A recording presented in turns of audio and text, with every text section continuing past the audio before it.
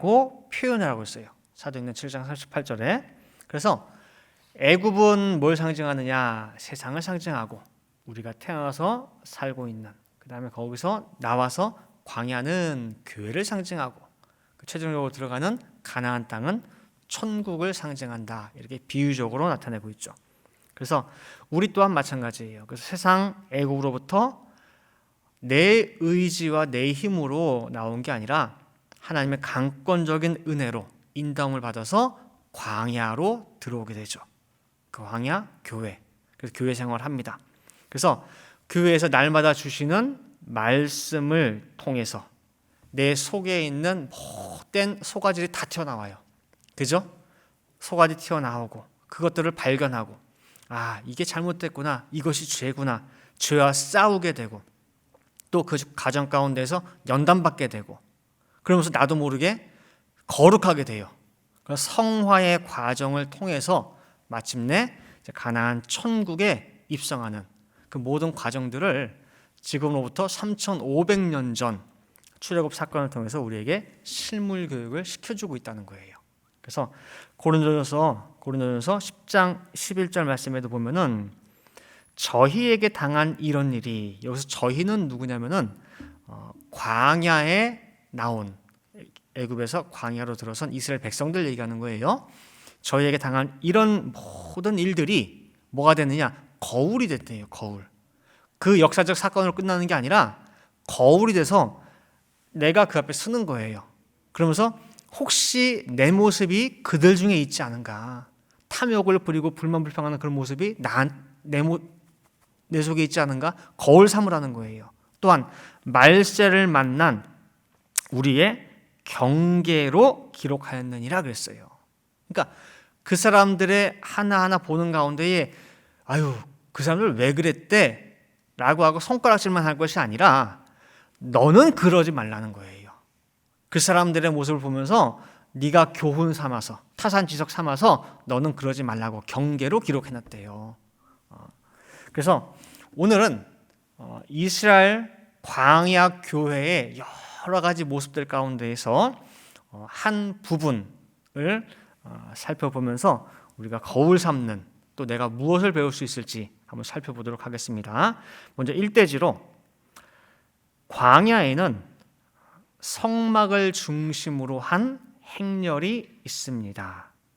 광야에 이동 쭉 하잖아요. 행렬들이 있는데 대표적인 행렬이 성막을 중심으로 이동을 했어요. 자, 가나안을 향해 가는 이스라엘 행군의 가장 중심에는 무엇이 있느냐 할 때에 하나님의 성막이 있습니다. 그 성막에 하나님 임재하시죠. 그래서 임재의 상징인 성막이 거기에 딱 있어요.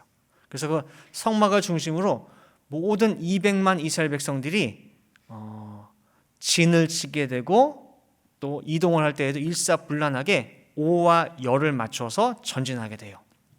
자, 이제 고린도전서 14장 33절에 그런 말씀이 있어요. 하나님은 절대로 어지러움의 하나님이 아니라 했어요. 하나님은 질서의 하나님이에요. 그래서 자, 어디에 진을 딱 친다. 그러면 가운데 성막이 있어요. 그 바깥 주위에 누가 진을 치느냐? 레위 지파들이 진을 쳐요.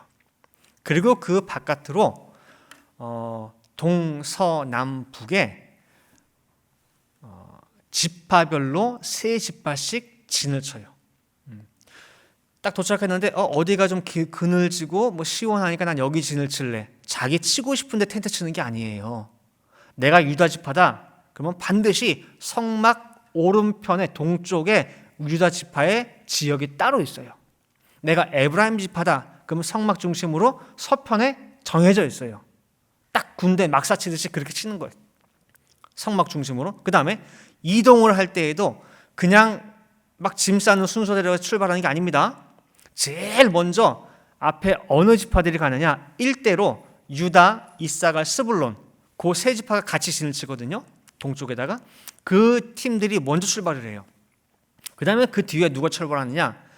이제 게르손, 무라리, 그러니까 레위 지파 중에서 게르손 자손과 무라리 자손이 성막을 다 걷어요. 성막을. 그죠? 기둥도 뽑고 이제 커튼 휘장도 다 걷고 막도 다 걷고 하잖아요. 그걸 다 접어가지고 수레에 싣고 게르손, 무랄리 자손들이 그 뒤를 따라가요. 그 다음에 그 뒤에 이대로 누가 출발하느냐? 남쪽에 진을 치고 있던 르우벤, 시므온, 갓지파가 출발을 해요. 그 다음에 그 뒤에 가장 중요한 하나님의 성물 있죠, 성물. 그죠? 법궤, 분향단, 등대, 그죠? 놋제단, 그 중요한 성물들은 수레에 실지 않아요. 고핫 자손들이 어깨에다 다 매요. 다 덮어가지고 보이지 않게 덮어가지고 메고 출발해요. 그래서 모든 행렬의 가장 중심에 뭐가 있느냐? 성물이 있어요. 성물. 그 다음에 그 뒤로 이제 제3대에 해당되는 서편에 진을 쳤던 에브라임, 므낫세, 그다음에 베냐민 지파가 출발하는 거예요. 그 다음에 제일 뒤에 후방에 누가 있느냐? 4대 북쪽에 진을 쳤던 단, 아셀, 납달리 지파가 출발하는 거예요. 그죠?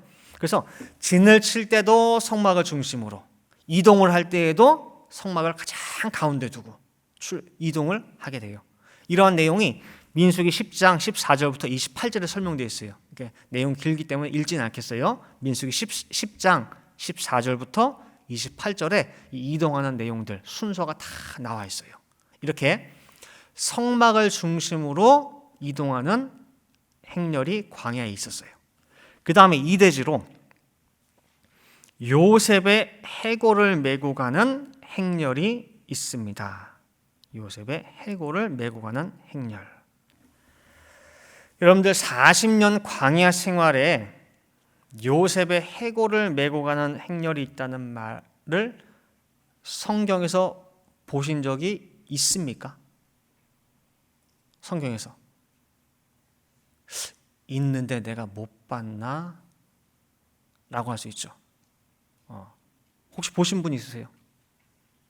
성경에 요셉의 해골을 메고 가는 행렬이 있다고 하는 거 못 보셨어요? 꼼꼼히 좀 읽으시지. 근데 문제는 꼼꼼히 읽어도 없어요. 그런 말은 성경에 없어요. 요셉의 해골을 메고 이동하는 행렬 없어요. 그런데 분명히 그 행렬이 있어요. 성경 어디에도 써 있진 않지만은 분명히 있어요. 자, 오늘 본문 출애굽기 13장 19절에 보면은 모세가 출애굽할 때에 요셉의 해골을 취했다. 딱 한 절 나와요. 자, 출애굽기 13장 19절에 모세가 요셉의 해골을 취하였으니 라고 나오죠. 지금 이 모세가 요셉의 해골을 취하는 이 상황이 어떤 상황이냐면은 애굽에 10가지 재앙이 쏟아졌어요. 차례대로 1, 2, 3, 4 쭉 했는데 바로가 강팍하고 완고해가지고 안 보내줘요. 안 보내주다가 마지막 10번째 재앙인 장자 재앙을 치는 바람에 바로의 장자부터 해가지고 애굽의 모든 장자가 다 죽었단 말이에요. 그 바람에 바로가 놀래가지고 그 새벽에 1월 15일 새벽에 모세랑 아론을 불러요. 당장 나가라고. 바로의 명령에 의해 가지고 출애굽이 전격적으로 이루어진 거예요. 근데 그 시간이 밤 12시 자정 지나서 새벽 시간이에요. 그 시간에. 그러니까 200만 백성이 한꺼번에 뭐 짐 싸고 뭐 하고 뭐 짐 챙겨 막 그 상황을 생각해 보세요. 여러분들 이사만 가도요. 한 가정 이사만 가도 정신이 있어 없어요? 없어요. 정신이 없어. 분명히 뭐 한 가지 빼고 갑니다.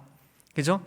4인 가족 어디 여행 갈 때에 아침에 되면은 뭐예요? 차 짐 싣고 뭐 하고 출발해. 분명히 뭐예요?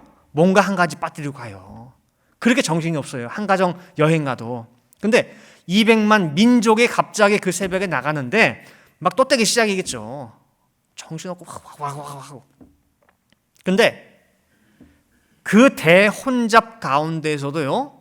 모세가 잊지 않고 취한 것이 이 요셉의 해골이에요. 이걸 취했어요. 그 다음에 그 이후 광야 40년 생활 가운데 어디에도 그 다음에 16년간의 가나안 땅 들어가 가지고 정복 전쟁, 땅 분배하는 그 기간 중에도 요셉의 해골에 대한 언급은 성경 어디에도 한 군데도 없어요. 언급한 곳이 없어요. 그냥 취했다. 그 이후에 요셉 해골은 한 구절도 안 나와요. 마치 약속이나 한 듯이 성경은 침묵하고 있어요. 그리고 언제 다시 요셉의 해골에 대한 언급이 나오느냐? 이스라엘 백성이 가나안 땅에 다 들어가서 정복 전쟁하고 땅 분배하고 온전히 정착하고 난 후에 나와요. 여호수아 24장 32절 말씀에 보시면은 이스라엘 자손이 애굽에서 이끌어낸 요셉의 뼈를 세겜에 장사하였으니 이곳은 야곱이 세겜의 아비 하몰의 자손에게 금 100개를 주고 산 땅이라. 그것이 요셉 자손의 기업이 되었더라. 그동안 한 번도 언급이 없다가 여호수아 맨 마지막 끝자락에 등장시키고 있어요. 그렇다면 이스라엘 백성들은 광야 40년 플러스 가나안에서 16년 56년을 꼬박 요셉의 해골을 메고 다녔다는 거예요. 그죠? 자, 그러면은 제가 지금 표현하기를 요셉의 해골을 메고 가는 행렬이라고 표현을 했는데 이것이 과연 행렬일까? 행렬은 뭐예요? 쭉 늘어서서 가는 거 아니에요, 그죠? 과연 행렬일까? 한번 생각해 봐야죠. 성막은 행렬이에요. 성막은. 왜냐면은 그 싣고 가는 수레만 해도 많아요. 성막 널판 싣고 가죠. 앙장 싣고 가죠. 덮개 가지고 기둥 싣고 가죠. 그다음에 또 뒤에 뭐예요? 성물들 쭉 메고 가잖아요. 그러니까 기다란 행렬이 됩니다. 그럼 요셉의 해골은 굳이 행렬까지 필요할까? 오늘 본문에서 모세가 요셉의 해골을 취했다고 할 때에 우리가 쉽게 생각할 수 있는 것이 요셉이 죽은 지 360년이 지난 때예요. 360년. 그러면 요셉의 시체라고 해봐야 뭐 남았겠어요? 뼈만 남았겠죠, 뼈. 그죠? 그러면은 뼈 남은 거 몇 개 이렇게 추스려 가지고 담으면은 한 요만한 박스 안에 충분히 넣을 수 있겠죠. 그죠? 그럼 박스 하나만 이렇게 잘 보자기로 묶어서 이렇게 들고 가면 된단 말이에요. 그럼 행렬이 돼야 안 돼요? 행렬이 안 될 거 아니에요. 그런데요, 그렇게 생각하면 오산이에요. 요셉이 그 향수할 때, 죽을 때 어떻게 그 장례를 치렀는지 보시면 알 수 있어요. 자, 창세기 50장 26절 말씀 보시면은 요셉이 110세의 죽음에 그들이 그의 몸에 향재료를 넣고 애굽에서 입관하였더라라고 했죠. 요셉은 그 당시 왕 바로 밑에 2인자였어요. 총리였죠. 여러분 이집트 왕들의 미라 보셨죠? 미라. 그렇죠? 그 당시 신체 사이즈 그대로 해가지고 모든 내장을 다 뽑아내고 거기다가 그 방부 처리를 해요.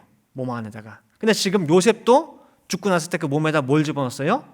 향재료. 이건 뭐냐면 방부 처리를 하는 거예요. 미라화하는 거예요. 미라화. 그래서 이집트에서는 왕이나 고위 관리의 경우 이러한 장례 관습에 따라서 방부 처리해서 시신이 썩지 않게 하고 미라로 만들어요. 그리고 관에다가 집어넣어요. 또한 직급에 따라서 얼마나 높으냐에 따라서 관도 하나가 아니에요. 하나에다가 또 집어넣어. 2겹, 많게는 3겹. 그 다음에 제일 마지막 최종적으로 어디다 집어넣느냐?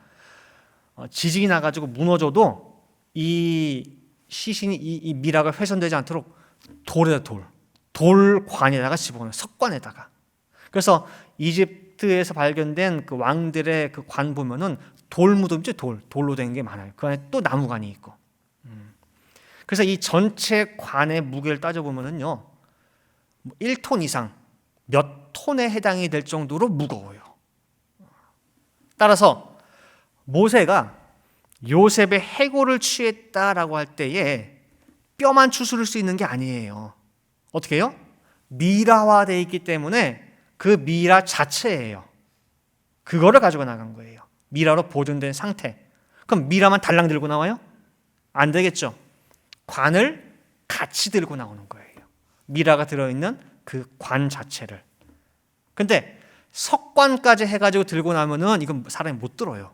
그죠? 그러니까 석관을 빼고 나왔다 할지라도, 그 나무 관 자체 들고 나온다 할지라도 한두 사람이 맬 수 있는 그런 수준이 아니에요. 수십 명이 이 관을 교대로 해가지고 메고 가야 되는 그런 행렬이 되는 거예요. 이해되시겠죠? 3대지로 요셉의 해골을 메고 전진하는 행렬이 의미하는 바는 무엇이냐? 요셉의 해골을 메고 전진하는 그 행렬이 의미하는 바는 뭐냐라고 할 때에, 자, 애굽에서 종살이 한 것은 400년이에요. 거주한 거는 430년이지만은 거기서 종살이 한 것은 400년이죠. 그리고 나올 때에 그냥 나오는 것이 아니라 10가지 대재앙을 통해서 나오게 되고, 그다음 나올 때에 큰 재물, 모세가 단단히 일렀어요. 백성들한테 너희들 나올 때에 너희가 섬기는 집주인들한테 너희가 원하는 것을 다 요구를 해. 그래서 아이 설마 했는데 요구를 했어요. 그랬더니 달라는 대로 뭐예요? 다 줘. 집에 있는 은, 금, 폐물, 하여튼 각종 보석들 달라는 대로 다 줘. 왜요? 애굽 사람들이요 너무너무 무서워가지고 달라는 대로 다 주고 빨리 나가라는 거예요. 왜냐하면 그 폐물이나 그것들 받아야지만이 광야에 나가가지고 성막을 지을 수가 있어요. 성막을. 그죠? 그래서 큰 재물을 가지고 애굽에서 나오게 돼요. 그리고 가나안 땅으로 가게 됩니다. 근데 지금 이 모든 하나하나 이것들이 이미 아브라함에게 횃불 언약을 통해서 하나님이 미리 말씀하신 것들이에요. 전부 다. 그냥 지금 어떻게 우연히 이루어진 것이 아니라 미리 하는 예정 가운데 있던 것들이에요. 자, 창세기 15장 13절부터 16절 말씀에 보면은 여호와께서 아브라함에게 이르시되 너는 정령이 알라. 자, 첫 번째, 네 자손이 이방에서 객이 되어 그들을 섬기겠고 그들은 400년 동안 네 자손을 괴롭게 하리니. 맞죠? 애굽이 여기서 이방에서 객이 된다 그랬는데 그 이방이 알고 보니 애굽이에요. 두 번째 14절, 그 섬기는 나라를 내가 징치할지며 그랬죠. 내가 혼을 내주겠대. 혼을 내주고 그 후에 네 자손이 큰 재물을 이끌고 나오리라. 맞죠? 15절, 세 번째, 너는 장수하다가 평안히 조상에게로 돌아가 장사될 것이요. 이것은 아브람 개인적인 거에 대한 얘기예요. 그대로 이루어졌고, 네 번째, 네 자손은 4대 만에 이 땅으로 돌아오리니 라고 말씀하고 있어요. 즉 섬기던 나라에 400년 동안 있다가 큰 재물을 이끌고 나올 텐데, 그리고 내가 약속한 이 땅에 얼마 만에 돌아오냐? 4대 만에 돌아온다는 거예요. 이 모든 일이 횃불 언약통에 이미 약속하신 일이고, 오늘 출애굽하는 오늘 636년 만에 그 말씀대로 지금 하나하나 약속이 현실이 되고 있는 거예요. 근데 눈앞에서 이루어지고 있어요. 400년 종살이 맞아요. 때가 돼서 끝났어요. 10대 재앙, 바로가 하도 말을 안 듣는 바람에, 강박한 바람에 뭐예요? 하나 치고 둘 치고 셋 치고 했는데 이미 하나님은 그것도 알고 계셨어. 내가 재앙을 내릴 거야. 징치할 거야. 그대로 됐어요. 그다음에 큰 재물이 끌고 나올 거야. 말씀하신 대로 진짜 각 집집마다 뭐예요? 약한 자가 없을 정도로 다 부자가 돼서 나왔어요. 그 언약 성취의 현장에 지금 이스라엘 백성들이 서 있는 거예요. 자, 그렇다고 한다면은 요셉의 해골을 메고 가는 이 행렬은 어떤 의미냐 할 때에, 이 행렬은 하나 마지막 남은 언약 성취를 위한 발걸음이에요. 자, 아까 살펴본 4가지 있었죠? 이방의 계기 되어 400년 섬기고 괴롭게 한다. 그죠? 성취됐죠? 그 다음에 그 나라를 내가 징치하고 큰 재물을 입고 나올 거다. 성취가 됐어요? 안 됐어요? 됐죠. 아브라함 너 장수하다가 평안히 돌아갈 거야. 성취가 됐죠.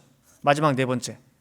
네 자손이 4대 만에 다시 이 땅으로 돌아올 거야 라고 했는데 이거는 성취가 됐어요? 아직 성취가 안 됐어요? 아직 아니에요. 이건 아직 안 됐어요. 주전 2082년에 아브라함이 믿음으로 체결한 횃불 언약이, 즉 가나안 땅, 이 약속의 땅은 네 후손에게 반드시 줄게 라고 한 약속에 대해서 아브라함이 확실히 믿었어요. 그리고 그 횃불 언약의 믿음이 아들 이삭에게 전수가 됐어요. 이삭은 또 그것을 자기 아들 야곱에게 전수를 시켰어요. 그리고 그 약속을 야곱의 12아들 가운데서 누가 받았느냐? 요셉이 받았어요. 요셉이, 4대 요셉이. 요셉이 그 횃불 언약이 정말 반드시 이루어진다는 것을 그 속에서 꺼지지 않고, 다른 아들들은 에이 뭐 그런 게 다 있을라나.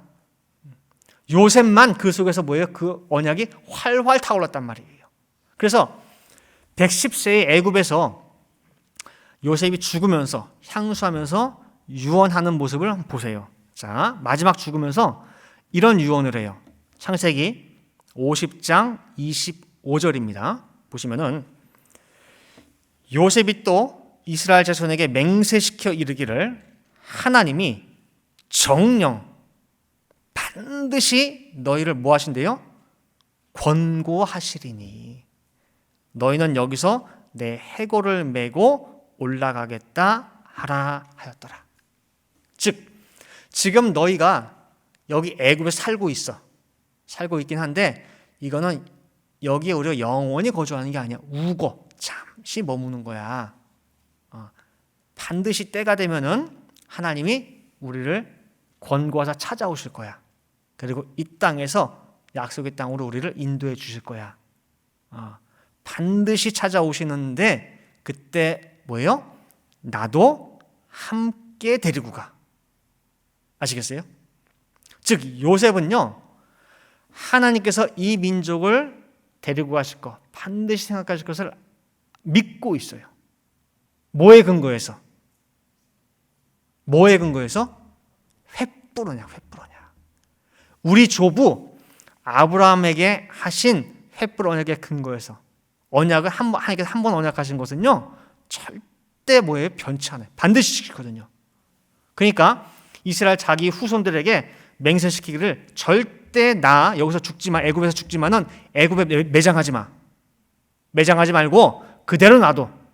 관에 넣은 상태를 그대로 놔두고 하나님 찾아오셔서 너희 데리고 나가는 그때 나도 함께 데리고 가. 그 맹세시킨 거예요, 자손들한테. 보통 교회에 상인하잖아요. 그러면 3번의 예배를 드려요. 돌아가셨을 때 이제 병원이나 그 식장에, 장례식장 가가지고 입관 예배 드리죠. 입관 예배. 그때 예배 드리고, 그다음에 3일장을 치르고 나서 이제 장지로 갈 때 그 장례식장이나 병원에서 출발할 때 발인 예배를 드려요. 발인 예배를 드리고, 그다음에 쭉 가가지고 이제 장지에 가가지고 이제 하관 예배를 하죠. 관이 쭉 내려갈 때. 그래서 하관 예배를 드려요. 총 3번의 예배를 드립니다. 근데 요셉은 어디까지만 드린 거예요? 맞아요. 입관 예배까지만 드린 걸로 할 수가 있어요. 비유하자면은. 그죠? 발인도 없었고 하관도 없어요.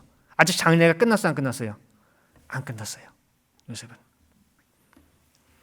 하나님의 언약을 추호도 의심 없이 요셉은 믿고 있는 거예요. 따라서 믿음의 4대인 요셉의 뼈가 가나안 땅에 반드시 들어가야만 횃불 언약의 최종 성취가 이루어지게 되는데, 그것을 감당한 사람들이 누구냐? 요셉의 해골을 메고 믿음의 행진을 했던 그 사람들이에요. 이게 믿어지지 않으면은 그거 왜 메고 가요? 그 힘든데. 그렇죠? 요셉의 그 언약 신앙을 그대로 이어받은 사람들이 그 자리에서 메고 간 거예요. 반드시 이루어진다. 요셉의 믿음을 전수받은 사람들.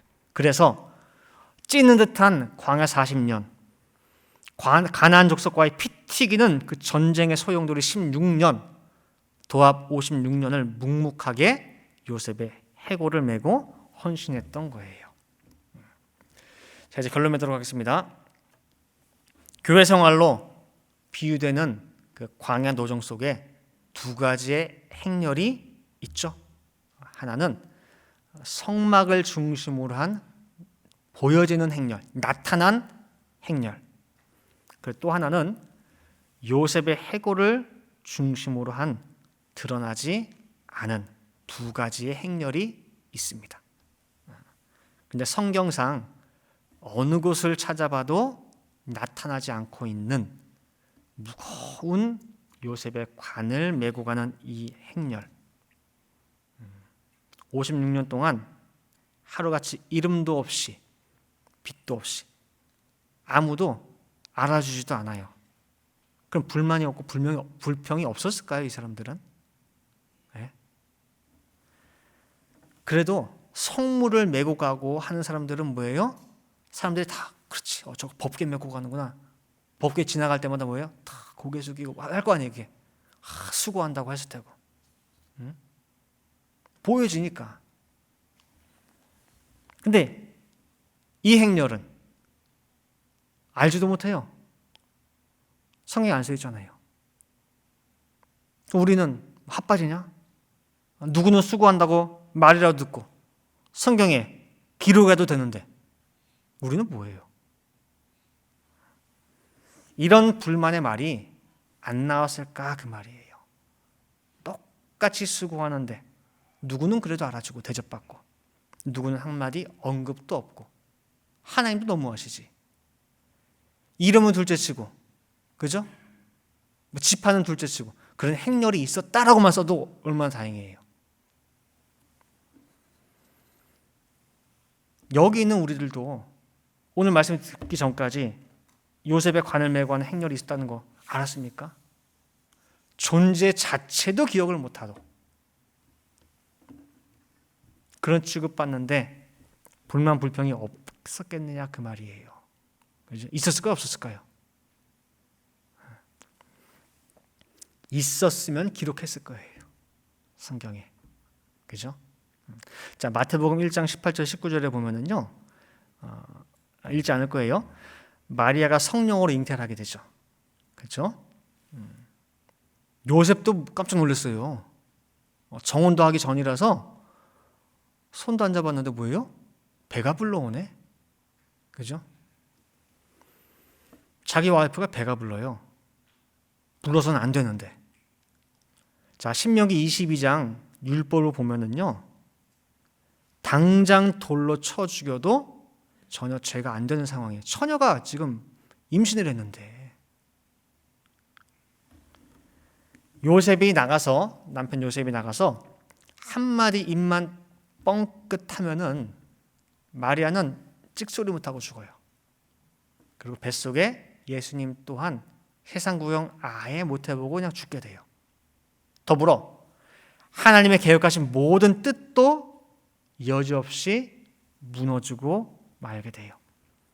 그런데 그 육신의 아비 요셉이 가만히 입 열지 않고 끝까지 그 비밀을 지켰어요.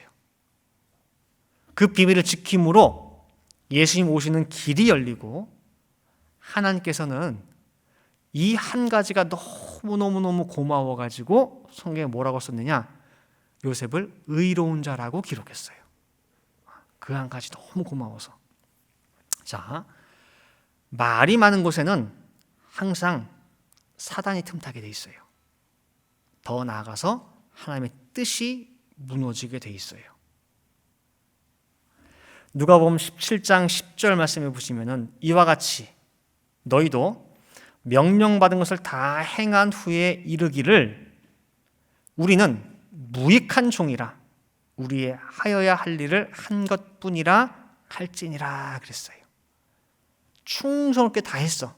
그러면은 그 종 입장에서 주인이 내 이름 한번 불러주겠지, 수고했다 말 한마디 해주겠지, 그 생각하지 말라는 거예요. 오히려 좀 안 불러줘도 돼요. 앞에 안 세워줘도 돼요. 저는 무익한 종, 당연히 할 일 한 거예요 라고 하는 거예요. 예수님 말씀 그대로예요. 지금 읽은 그대로 요셉의 뼈를 메고 56년을 수고하는 가운데에 얼마나 조용히, 얼마나 묵묵히 일했으면은, 얼마나 온 힘 다해 일하고도 나는 무익한 종이라 내 할 일을 했을 뿐입니다, 헌신하고 입 한번 뻥끗 안 했으면은 하나님이 안심하고 성경에 한 줄 기록을 안 해도 돼요. 안 해도 된 거예요. 참으로 위대한 믿음의 사람들이에요. 그런 사람들이 있었기 때문에 사단 마귀가 전혀 눈치도 못했어요. 있는지도 몰랐으니까. 사단이 알았으면 어떻게 했을까요? 어떻게든 말이 나오고 뭐 하고 했었으니까 오오 해가지고 뭐예요? 들쑤셨겠죠. 요셉의 뼈가 들어가면 돼야 안 돼요? 거기에 안 되거든. 근데 아무 소리가 안 났기 때문에 하나님의 뜻이 성취가 될 수 있었던 거예요. 그래서 이런 사람들이 교회 안에 많을수록 교회는 부흥하게 돼 있어요. 아무 소리도 안 나는데 일들이 이상하게 물 흐르듯이 쭉 흘러가요. 톱니바퀴가 착착착착 맞아 돌아가듯이 교회 일이 착착착 유기적으로 이루어져요. 그리고 분명히 딱 지나서 보면 일은 다 됐는데 일한 사람이 안 보여. 청소가 다 깨끗하게 되어 있는데 누가 청소했지? 청소하는 사람이 안 보여. 이러한 교회가 하나님의 뜻을 성취시킬 수 있는 교회예요. 결국 아브라함과 맺은 횃불 언약이 692년 만에 요셉의 해골을 메고 신앙의 행진을 한 그 사람들에 의해서 세겜의 장사가 탁 되면서 성취가 되었습니다. 그래서 오늘 말씀 통해서 간절히 바라는 것이 있다고 한다면은 우리 교회에 하나님의 언약을 정확하게 믿음으로 받드는 가운데에 그리고 그런 사람들이 요셉의 뼈를 메고 신앙 행진을 하기를 간절히 바랍니다. 56년 동안 광야교회에 한 줄 기록도 남지 않았지만은 조상의 뼈 묵묵히 들고 전진한 그 뜨거운 믿음의 맥이 우리 교회에 이어지기를 바라고 그 행렬에 동참하는 성도가 날마다 더 많아지기를 간절히 바라겠습니다. 함께 기도하시겠습니다. 사랑의 마신 아버지 하나님 감사합니다. 저희들이 무엇이간데 이 귀한 말씀을 이 구속사 말씀 속에 담아서 이렇게 주십니까? 아버지 하나님, 이 말씀을 받기까지 그 받으신 분이 얼마나 기도로 매달리고 무릎을 꿇고 눈물 가운데 받았겠습니까? 저들 받은 바 이 말씀 귀하게 여길 수 있게 도와주시고 그 말씀을 우리 신비에 새기는 가운데에 광야교회 아무도 알아주지 못하고 알아주기는커녕 존재 자체도 몰랐던 이 사람들, 믿음의 사람들, 그 사람들의 헌신과 노고와 충성으로 말미암아 사단도 모르게 정말 요셉의 뼈가 4대 만에 가나안 땅에 묻힘으로 말미암아 온전히 횃불 언약이 완성되는 것을 저희 살펴보게 됩니다. 하나님의 뜻은 이런 사람들에 의해서 이루어지게 됩니다. 아버지 하나님, 오늘 말씀 받은 우리 누리푸른 동산의 모든 성도들 한 사람 한 사람 내 이름이 드러나고 내 노고가 인정을 받기보다도 정말 하나님의 뜻이 앞서게 될 수 있고 정말 하나님의 영광이 드러나는 일에 우선할 수 있는 저희 모든 성도되게 도와주시옵소서.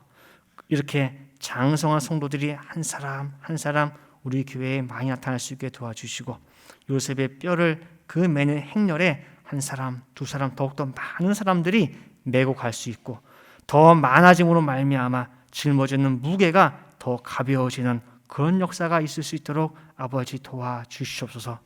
이 거룩한 주일에 귀한 말씀 받았습니다. 이 말씀 속에서 저희들 새 힘을 얻고 더욱더 아버지 믿음이 굳건해지는 가운데에 저희들에 맡겨진 구속사 사역을 더욱더 열심히 감당할 수 있는 저희 모든 교회 성도들 가정 될 수 있도록 역사하여 주시옵소서. 기도한 데 될 줄을 믿고 감사드리며 이 모든 말씀 사랑이 많으신 예수 그리스도 받들어 기도 올리옵나이다. 아멘.